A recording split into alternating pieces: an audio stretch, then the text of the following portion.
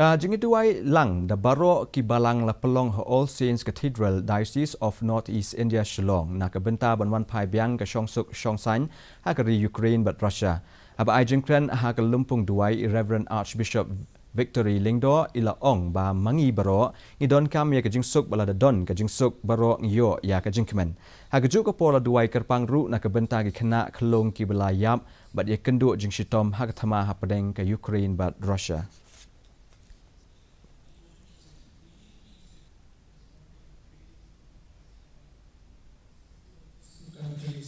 Between Russia, really there is joy, happiness.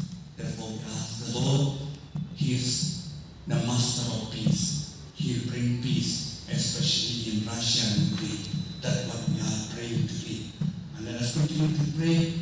The Lord said, ask will be given, ask with faith we granted to you.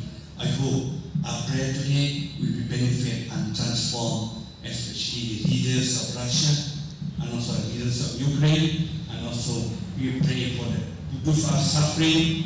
So many children have been killed, women, men, so many hospitals have been destroyed, so many places has been destroyed. Ka huli